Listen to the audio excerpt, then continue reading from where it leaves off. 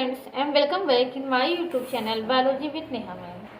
तो फ्रेंड्स, आज की इस वीडियो में हम हिपैटिक ऑप्सीडा का जनरल कैरेक्टर देखेंगे। तो हमने बताया था कि ब्रायोफाइटा को हम 3 क्लास में बांट रहे हैं, हिपैटिक ऑप्सीडा, एंथेरोसीरोटॉप्सीडा और ब्रायोप्सीडा। तो आज की इस वीडियो में हम यही देखेंगे कि तीनों में क्या अंतर होते हैं। तो एक एक करके सबका हम जनरल कैरेक्टर देखते हैं, तो उसी से हमें क्या अंतर होता है ये पता चल जाएगा। तो सबसे पहले हम हिपैटिक ऑप्सीडा का देखते हैं। तो हिपैटिक ऑप्सीडा में अगर उसका गैमेटोफाइट देखें तो कैसा होता है, इंडिपेंडेंट होता है, प्रोस्ट्रेट होता है, थैलॉइड होता है, या कुछ ऐसे होते हैं जो फोलियोज होते हैं, यानी कुछ लीफ लाइक स्ट्रक्चर उनमें होंगे, और डाइकोटोमसली ब्रांच होगा। तो इसका मतलब आपको समझ में आ गया होगा कि हमने प्रीवियस वीडियो में बता दिया था। जो इसका वेंट्रल सरफेस होगा, उस वेंट्रल सरफेस पे क्या पाए जाएंगे, राइजोइड्स पाए जाएंगे और स्केल पाए जाएंगे। राइजोइड्स क्या होते हैं, रूट लाइक स्ट्रक्चर होते हैं, जो कि पानी के अब्जॉर्प्शन में और प्लांट को जमीन पर अटैच करने के लिए जरूरी होते हैं। ठीक, तो ये राइजोइड्स कैसे होते हैं, ये राइजोइड्स जो होंगे हिपैटिक ऑप्सीडा में यूनिसेलुलर होंगे और अनब्रांच्ड होंगे। और ये 2 प्रकार के होते हैं, स्मूथ वॉल्ड होते हैं और ट्यूबरकुलेट होते हैं। तो स्मूथ वॉल्ड और ट्यूबरकुलेट का मतलब क्या होता है कि ये जो राइजोइड्स होते हैं, ये जो अभी हम इंटरनल स्ट्रक्चर देखेंगे, तो इनके इंटरनल स्ट्रक्चर में हम देखेंगे कि लोअर एपिडर्मिस होता है। तो यही लोअर एपिडर्मिस की सेल आउट ग्रोथ करके क्या बनाती है, राइजोइड्स बनाती हैं। तो यह राइजोइड्स जो होते हैं वो 2 डबल मेम्ब्रेन के बने होते हैं इस तरीके से। तो अगर दोनों मेम्ब्रेन क्या है, स्मूथ है, तब इसको हम कहते हैं स्मूथ वॉल्ड राइजोइड्स। लेकिन एक दूसरे तरीके का राइजोइड्स होता है कि बाहर वाली मेम्ब्रेन तो स्मूथ होती है, लेकिन अंदर वाली मेम्ब्रेन ऐसे ऐसे अंदर की तरफ धंस जाती है इस तरीके से। तो इसी को ही हम कहते हैं ट्यूबरकुलेट राइजोइड। इसको कहते हैं स्मूथ वॉल्ड राइजोइड और इसको कहते हैं ट्यूबरकुलेट राइजोइड। तो आई होप ये आपको समझ में आ गया। अब देखिए, इसके साथ ही साथ क्या होते हैं, स्केल पाए जाते हैं। ये स्केल कैसा होता है, ये स्केल मल्टी सेलुलर होता है, लेकिन 1 सेल्ड थिक होता है, यानी ये इस तरीके से होगा, ऐसे। ये कई कोशिकाओं से मिल करके बना होगा। तो कई कोशिकाओं से मिल करके बना है, तो कैसा हो गया, मल्टी सेलुलर हो गया। लेकिन हमने कहा कि ये क्या है, 1 सेल थिक है, यानी ये क्या होगा, बस एक ही सेल होंगी, इस तरीके से एक एक सेल अरेंज होंगी और इनके ऊपर कोई सेल अरेंज नहीं होगी। जो इनकी तो थिकनेस होगी वो केवल 1 सेल की होगी, यानी ये सेल क्या होंगी, लंबाई में तो होंगी, चौड़ाई में तो होंगी, लेकिन मोटाई में नहीं होंगी। मोटाई क्या होगी इनकी, बस 1 सेल की होगी। ठीक, तो इनकी सेल की थिकनेस क्या होती है, 1 सेल्ड होती है। अब अगर हम इनका इंटरनल स्ट्रक्चर देखें, तो इंटरनल स्ट्रक्चर में हम देखते हैं कि जो थैलस होता है वो फोटोसिंथेटिक रीजन और स्टोरेज रीजन में बटा होता है। जो फोटोसिंथेटिक रीजन होता है उसमें क्या पाए जाते हैं, जो फोटोसिंथेटिक सेल्स होती हैं वहाँ पर क्या होता है, क्लोरोफिल पाए जाते हैं, और क्लोरोफिल के साथ साथ क्या पाए जाते हैं, पायरिनॉइड्स पाए जाते हैं। किसमें, हिपैटिक ऑप्सीडा में। तो इतना इरेज करते हैं, फिर इसकी आगे देखते हैं। ठीक, हिपैटिक ऑप्सीडा को हम एक नाम से जानते हैं, लीवर वर्ट नाम से जानते हैं। तो लीवर वर्ट नाम से इसलिए जानते हैं क्योंकि पहले इस पौधे का प्रयोग जो है वो लीवर डिसऑर्डर को ठीक करने में किया जाता था।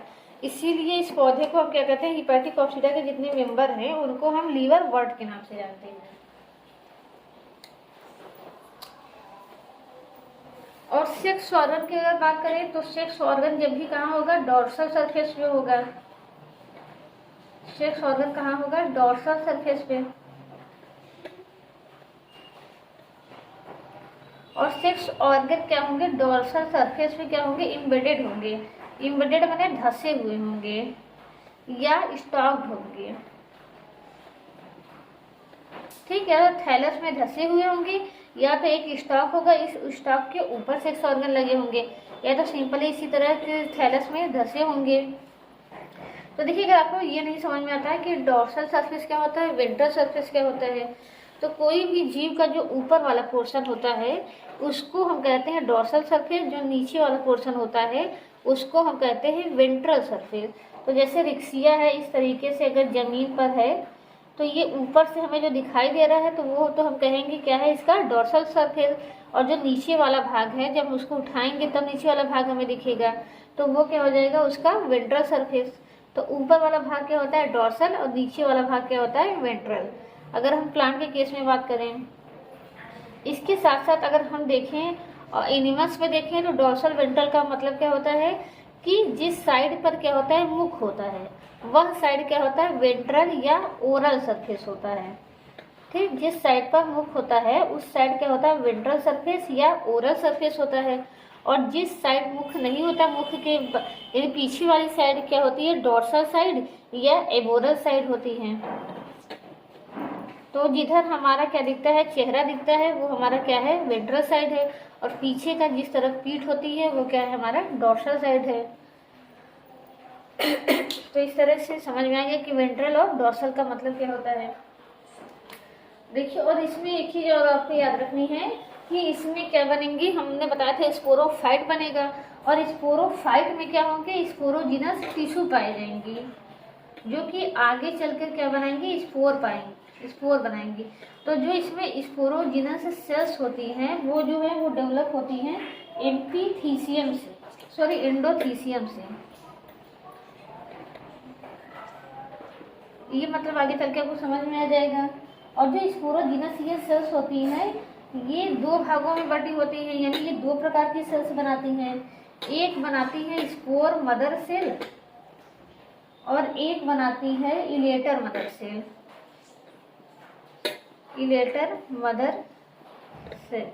स्पोर मदर सेल्स क्या होती है, फर्टाइल होती है, ये आगे चल करके क्या बनाएंगी, फर्टाइल स्पोर बनाएंगी। ठीक, और ये क्या बनाती हैं, स्टेराइल इलेटर बनाती हैं। स्टेराइल इलेटर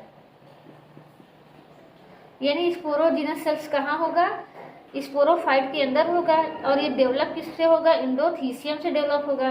ये आगे चल करके दो प्रकार की सेल्स में बढ़ जाते हैं, स्पोर मदर सेल और इलेटर मदर सेल।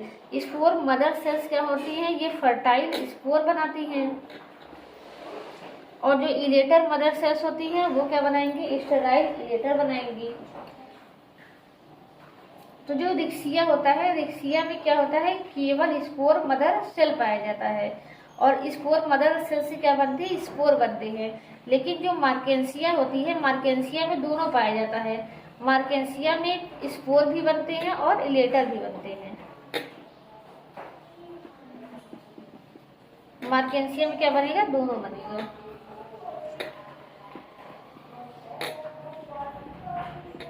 ठीक, तो ये स्पोरोजिनस सेल्स क्या होती है, दो भागों में बढ़ती हैं या दो प्रकार में डिवाइड हो जाती है, स्पोर मदर सेल में और इलेटर मदर सेल में।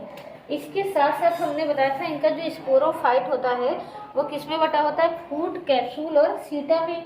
तो इनका जो कैप्सूल होता है उसमें इलेटर के साथ साथ एक और स्टेराइल स्ट्रक्चर पाया जाता है जिसको हम कहते हैं कालुमेला। तो ये कालुमेला क्या होता है, स्टेराइल होता है। ये स्टेराइल स्ट्रक्चर किसमें पाया जाता है, हिपैटिक ऑफ सीडा में पाया जाता है। तो कालुमेला क्या होता है, इलेटर क्या होता है, एंडोथीसियम क्या होता है, ये जब हम रिक्सिया और मार्केंसिया पढ़ेंगे ये क्लियर हो जाएगा। अभी आप इतना जानिए कि हिपैटिक ऑफ सीडा में इलेटर भी पाया जाता है, हिपैटिक ऑफ सीडा में कालुमेला भी पाया जाता है। ठीक है, तो अब आइए हम देखते हैं कि इनसे क्या अंतर होता है, जो हम वो पढ़ेंगे एंथेरोसीरोटॉप्सिडा कि उनमें क्या अंतर।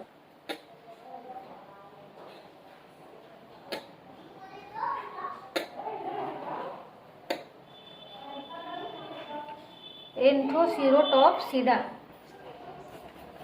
तो हमने अभी क्या बताया था कि जब हमने हिपैटिक ऑप्सिडा बताया कि वहाँ क्या होते हैं, जो गैमेटोफाइट होगा वो क्या होंगे, थैलॉइड भी होंगे और फोलियोज भी होंगे। लेकिन यहाँ पर क्या होंगे, सभी क्या होंगे, थैलॉइड होंगे, ऑल क्या होंगे, थैलॉइड होंगे। अगर इनका दूसरा कैरेक्टर देखें तो वहाँ पर हमने बताया था कि राइजोइड दोनों प्रकार के होंगे, ट्यूबरकुलेट भी होंगी और कैसे होंगी, स्मूथ वॉल्ड भी होंगे और यूनिसेलुलर होंगे। तो यहाँ पर राइजोइड यूनिसेलुलर तो होते ही हैं, लेकिन केवल एक ही प्रकार का पाया जाएगा, स्मूथ वॉल्ड राइजोइड जो है वो नहीं पाया जाएगा, सॉरी ट्यूबरकुलेट राइजोइड नहीं पाया जाएगा यहाँ पर। तो यहाँ पर क्या होगा, ट्यूबरकुलेट राइजोइड नहीं पाया जाएगा, ट्यूबरकुलेट राइजोइड क्या होंगे, एब्सेंट होंगे। ठीक, और स्केल भी क्या होगा, एब्सेंट होगा, यहाँ पर स्केल नहीं पाए जाएंगे। तो हिपैटिक ऑप्सीडा में क्या होते थे कि राइजोइड यूनिसेलुलर होते थे, साथ ही साथ दो प्रकार के यूनिसेलुलर अनब्रांच होते थे। तो यहाँ पर भी यूनिसेलुलर और अनब्रांच्ड होंगे, लेकिन क्या होंगे, केवल स्मूथ वॉल्ड होगा। ट्यूबरकुलेट राइजोइड नहीं पाया जाएगा और स्केल भी नहीं पाया जाएगा। और वहाँ पर हमने देखा था कि जो थैलस होता था दो भागों में बटा होता था, फोटोसिंथेटिक रीजन और स्टोरेज रीजन। लेकिन यहाँ पर क्या होगा, यूनिफॉर्म ऑर्गेनाइजेशन होगा, यहाँ पर दो भागों में बटा नहीं होगा, यूनिफॉर्म ऑर्गेनाइजेशन, यानी पूरा थैलस जो है एक जैसा दिखेगा, दो भागों में बटा नहीं होगा। और वहाँ हमने बताया था जो फोटोसिंथेटिक सेल्स होंगी उनमें क्या होगा, क्लोरोफिल प्लस पायरिनोइड्स पाया जाएगा। तो यहाँ पर क्या होगा, पायरिनोइड एब्सेंट होगा, पायरिनोइड्स क्या होंगे, एब्सेंट। ये आप इस तरह से भी कर सकते हैं। एक तरह आप क्या लिख सकते हैं, हिपैटिक ऑप्सीडा लिख सकते हैं, एक तरफ आप एंथोसीरोटॉप्सीडा लिख सकते हैं, और दोनों का जो कंट्रास्टिंग कैरेक्टर है आमने सामने लिख सकते हैं।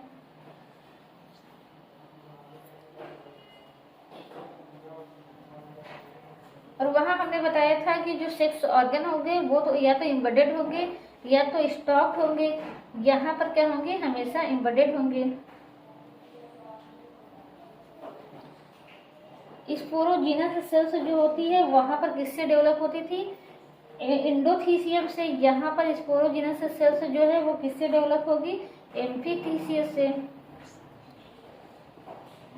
स्पोरोजीनस सेल्स वो डेवलप होगी एम्फीथीसियम से, एम्फीथीसियम से। इसके अलावा वहां हम देखे थे इलेटर पाया जाता था, यहाँ पर क्या होगा, स्यूडो इलेटर पाया जाएगा।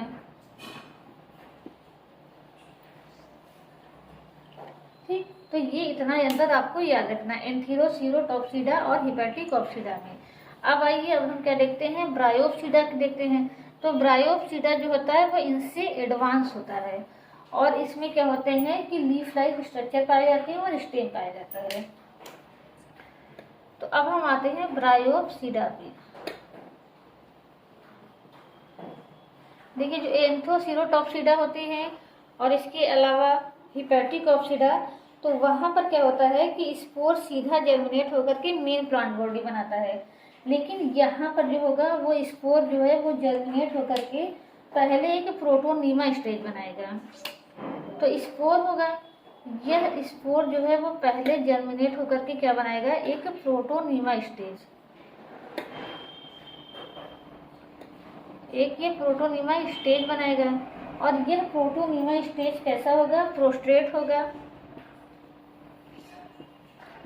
प्रोस्ट्रेट का मतलब समझ में आ ही गया होगा आपका, ग्रीन होगा। ठीक, यानी इस तरीके से होगा, ऐसे। प्रोस्ट्रेट मतलब जो जमीन पर लेटा रहे उसको कहते हैं प्रोस्ट्रेट। अब क्या होगा, इस प्रोटोनीमा पे, ठीक, ये क्या होगा, इस तरीके से प्रोटोनीमा होगा। अब इस प्रोटोनीमा पर क्या होगा कि लीफी स्टेज आएगा। उस लीफी स्टेज को, वो लीफी स्टेज या गैमेटोफोर जन्म लेगा। वो कैसा होगा, इरेक्ट होगा, और उस पर क्या होगी, लीफ हो गई और शूट होंगे। अब इससे क्या होगा, यहाँ पर इरेक्ट निकलेगा। पहले प्रोटोनीमा स्पोर से बनेगी, फिर प्रोटोनीमा पर ही क्या बनेगा, गैमेटोफोर बनेगा, यानी गैमेटोफाइट जो मेन प्लांट बॉडी होती है वो बनेगी। और ये कैसी होगी, ये लीफी होगी, यहाँ पर रूट के होंगे, शूट होंगे, सब होगा, जैसे एक गैमेटोफिटिक प्लांट होता है उस तरीके से। तो इसको हम क्या कहते हैं, गैमेटोफोर कहते हैं। ठीक, बाकी प्लांट में क्या होगा, सीधा गैमेटोफाइट बन जाएगा। अगर हम हिपैटिक ऑप्सीडा और एंथोसीरोटॉप्सीडा की बात करें, वहाँ मेन प्लांट बॉडी कैसी होती है, प्रोस्ट्रेट ही होती है। लेकिन यहाँ पर ब्रायोप्सीडा में क्या होती है कि जो मेन प्लांट बॉडी होती है वो गैमेटोफोर कहलाती है, और वो कैसी होती है, इरेक्ट होती है, लीफी होती है। लेकिन उससे पहले क्या होता है, कुछ शॉर्ट टाइम के लिए, ये जो प्रोटोनीमा बनती है ये केवल शॉर्ट टाइम के लिए बनती है। उससे पहले शॉर्ट टाइम के लिए क्या होती है, प्रोटोनीमा स्टेज आता है, जो कि कैसा होता है, प्रोस्ट्रेट होता है, ग्रीन होता है। तो बाद में ये स्टेज क्या हो जाती है, नष्ट हो जाती है, केवल यही मेन प्लांट बॉडी बचता है, जिसको क्या कहते हैं, लीफी स्टेज कहते हैं, या तो गैमेटोफोर कहते हैं। यानी यही क्या होता है, मेन प्लांट बॉडी होती है। तो यानी एंथेरोसीरोटॉप्सिडा, हिपैटिकॉप्सिडा से अगर ब्रायोप्सिडा में अंतर देखा जाए तो वहाँ पर प्लांट बॉडी कैसी होती थी, प्रोस्ट्रेट होती थी। यहाँ पर प्लांट बॉडी कैसी होती है, मेन प्लांट बॉडी इरेक्ट होती है।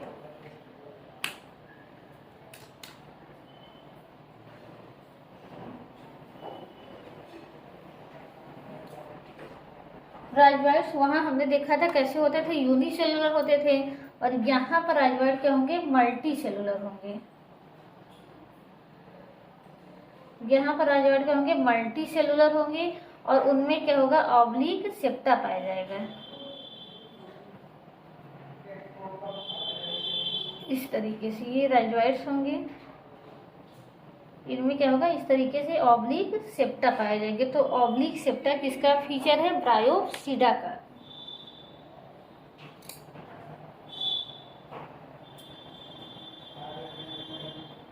इसके अलावा अगर हम देखें तो यहाँ पर क्या होता है कि फ्रूट कैप्सूल सीधा जैसे उसमें था ऐसे यहाँ पर भी पाया जाएगा, फ्रूट कैप्सूल सीधा पाया जाएगा। लेकिन फ्रूट जो यहाँ पर कैप्सूल होता है, उस कैप्सूल में एक स्ट्रक्चर पाया जाता है जिसको हम कहते हैं पेरिस्टोम कहते हैं। इस पेरिस्टोम क्या हेल्प करता है, डिस्पर्जन ऑफ स्पोर, यानी स्पोर के बिखरने में, एक जगह से दूसरे जगह जाने में हेल्प करता है, डिस्पर्जन ऑफ स्पोर। तो इस तरीके से हमने देख लिया कि ब्रायोप्सिडा, हिपैटिकॉप्सिडा और एंथेरोसीरोटिप्सिडा का कौन एग्जाम्पल होता है। तो ब्रायोप्सिडा में ही आपके आता है पेलिया आता है, इसी में आपका स्फैग्नम आता है,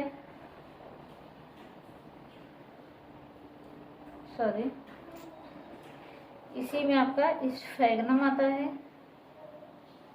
और अगर हम बात करें हिपैटिकॉप्सिडा का तो उसमें क्या आता है, रेक्सिया आता है, मार्केंसिया आता है, जो आपको पढ़ना है। इसके अलावा एंथेरोसीरोटॉप्सिडा में आपको क्या पढ़ना है, एंथोसिरोस पढ़ना है। तो इतनी प्लांट आपको पढ़नी है, पेलिया, स्फैग्नम, रेक्सिया, मार्केंसिया, एंथोसिरोस। तो इस तरीके से हमने अच्छे से समझ लिया कि तीनों क्लास में क्या क्या अंतर होते हैं और तीनों क्लास का क्या एग्जाम्पल होता है। तो क्लास का भी एग्जाम्पल देकर के पूछ सकता है, ऐसे करके किसी का भी एग्जाम्पल, पेलिया का एग्जाम्पल दे सकता है कि पेरिस्टोम किस में पाया जाता है। तो पेरिस्टोम रेक्सिया में होगा कि मार्केंसिया में होगा कि एंथोसिरोस में होगा कि स्फैग्नम में होगा। तो आप जानते हैं कि स्फैग्नम किसका मेंबर है, ब्रायोप्सिडा का है। तो जब भी पेरिस्टोम पाया जाएगा स्फैग्नम में पाया जाएगा, रेक्सिया, मार्केंसिया या एंथोसिरोस में नहीं पाया जाएगा। तो इनका एग्जाम्पल भी याद रखना जरूरी है। ठीक है फ्रेंड, तो आज के लिए इतना ही। हम नेक्स्ट वीडियो में रेक्सिया से पढ़ेंगे। तो अगर वीडियो आपको पसंद आया हो तो प्लीज़ वीडियो को लाइक कीजिए और चैनल को सब्सक्राइब कीजिए। Thank you so much.